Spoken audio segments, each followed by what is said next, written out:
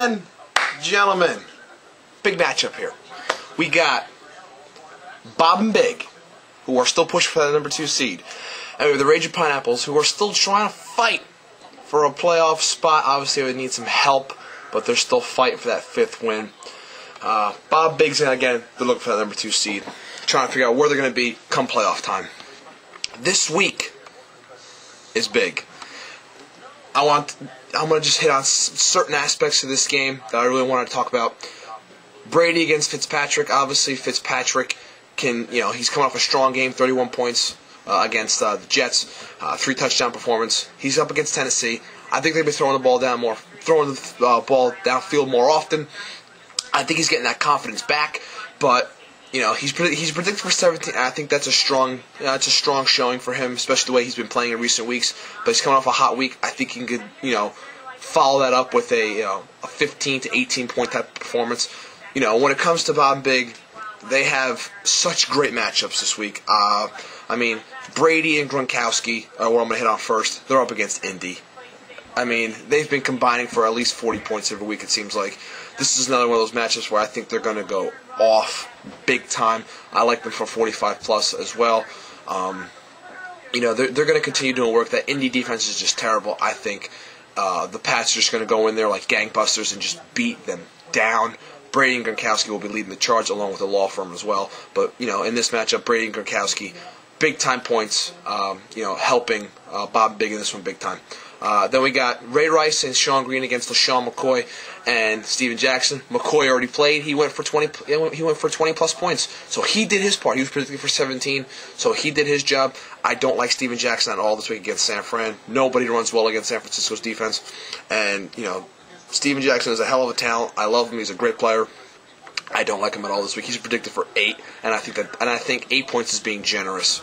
We got Sean Green going up against Washington for Bob and Big. Yeah, it's a matchup he can do some work, some damage. Washington has been, decent against the run. Marshawn Lynch, gashed them pretty damn good, but Marshawn Lynch has been on fire. Sean Green's a little bit more up and down. So he's predicted for 9 points. I think that's a good guess. Ray Rice against Cleveland. Love Ray Rice this week. Big time. He's predicted for 16 points. I think that that Cleveland run defense is going to struggle in trying to stop him. And we know Ray Rice is a dual threat. He can do it all. And I think Flacco's going to be leaning on him a lot this week. I think it's going to be a lot of ground and pound. A lot of Ray Rice, a lot of that Ravens defense in this one. So Ray Rice, big-time player this week, 16 points. I like him for that. When we come to wide receiver, we got Stevie Johnson and Anquan Bolden against Jordy Nelson and Des Bryant. Jordy Nelson and Des Bryant, love them both. Between them, they're predicted for 18 points. I think that could be more. Jordy Nelson is up against the Giants. He just seems to be, every week, it seems like he's going for a 40-yard touchdown, a 60-yard touchdown, an 80-yard touchdown. He's a big-time target. He is the number 2 in Green Bay. He is a number 2 wide receiver in this league, and his star continues to grow. I love him this week. He's predicted for 10. That's a good basement guess. I think his ceiling is even higher. Then we got Des Bryant against Arizona. He's really predicted for 8 points. It's Arizona. I know Laurent Robinson and Jason Witten have been stealing touches and stealing looks from Romo and doing work with the looks that they've been getting. But Des Bryant is still a hell of a talent against Arizona. He's going up against Arizona, and I just think any playmaker against Arizona is in line for a double-digit showing. And Des Bryant is predicted for 8. I like him for at least 12 points this week. On the other side, Stevie Johnson against Tennessee, Anquan Bolden against Cleveland. Against Cleveland, Anquan Bolden's going to be seeing a lot of Joe Hayden, I think. So it's going to be interesting to see what he could possibly do. He's predicted for 7 points. I think that's a good guess. Again, Flacco's been up and down. I think it's going to be a lot more running and defense in this one as opposed to passing. But we'll see how that plays out. But Bolden's predicted for 7, and I think it's a solid guess there. Stevie Johnson's predicted for 8. How's he going to follow up his showing against the Jets? Maybe he's got the butter off of his fingers now, or he took his hands out of the cement finally. But it's Tennessee's defense. He can do some considerable damage against, especially with the way Fitzpatrick has been throwing. As long as Stevie Johnson decides to catch the ball, he's predicted for 8. I think it's a good guess for his points. 7 to 10 points is where I think he's going to end up falling. As long as he's ready to grow up a little and show a little maturity and ready to move on from what happened last week and try to progress. So that's what I think about Stevie this week. I already hit on Gronkowski when talking about Brady. As for Jermichael Finley against the Giants, he's been not as advertised. Let's just say people were thinking he's the next Antonio Gates. It hasn't been that great of a year so far for Finley. He's had his fair share of touchdowns, but when it comes to this dynamic Packers offense, you haven't really been hearing that much from Jermichael Finley. I mean, you're hearing a lot of Jennings, you're hearing a lot of Jordy Nelson, you're hearing James Jones, you're hearing all these names, but not a lot of Jermichael Finley. He's still someone that has to be reckoned with.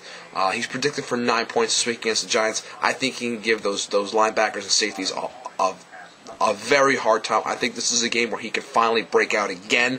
Not 3 touchdown wise, but I do think he's going to find the end zone this one. He's predicted for 9. I like him for double digits this week.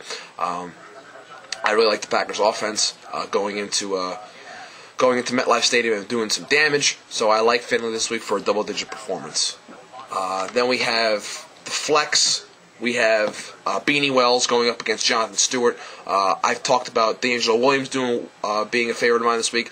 Gotta go the same for Jay Stu. As long as he's gonna get his touches, he has to make the most of them. But when going up against the Tampa Bay defense against the run, I think he's gonna have plenty of opportunities to do some damage and make some noise, and I like him this week. He's predicted for 7. I like D'Angelo Williams more, but I think Stewart's going to make the most of what he gets, and I think he's going to he's predicted for 7, 9 points, maybe 10. I do think he's going to be a solid contributor this week for the Ragin Pineapples. As for Beanie Wells, he had a minor setback with his knee, but he's probable against Dallas. When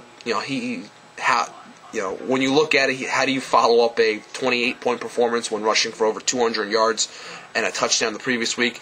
Obviously he's not going to do that again, but is he a threat to go over 100? Yeah, it's possible, but I do think Dallas is going to beat down on Arizona. At least they should, but this is Dallas after all. But Beanie should have an okay game. He's predicted for 11. If he fell below that, it wouldn't really come as a shocker to me, especially coming off of his big game against St. Louis, but the Dallas run defense is a lot better than St. Louis's.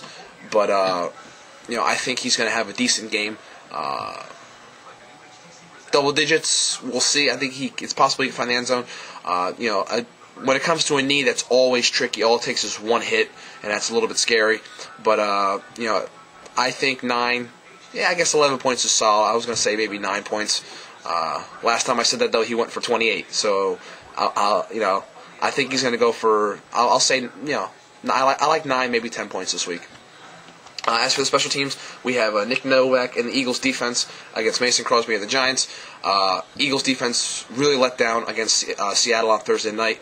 I think they went for 4 points. I'm not really sure about that one, but it was something very low of that nature. And of course, Nick Novak against Jacksonville on Monday night.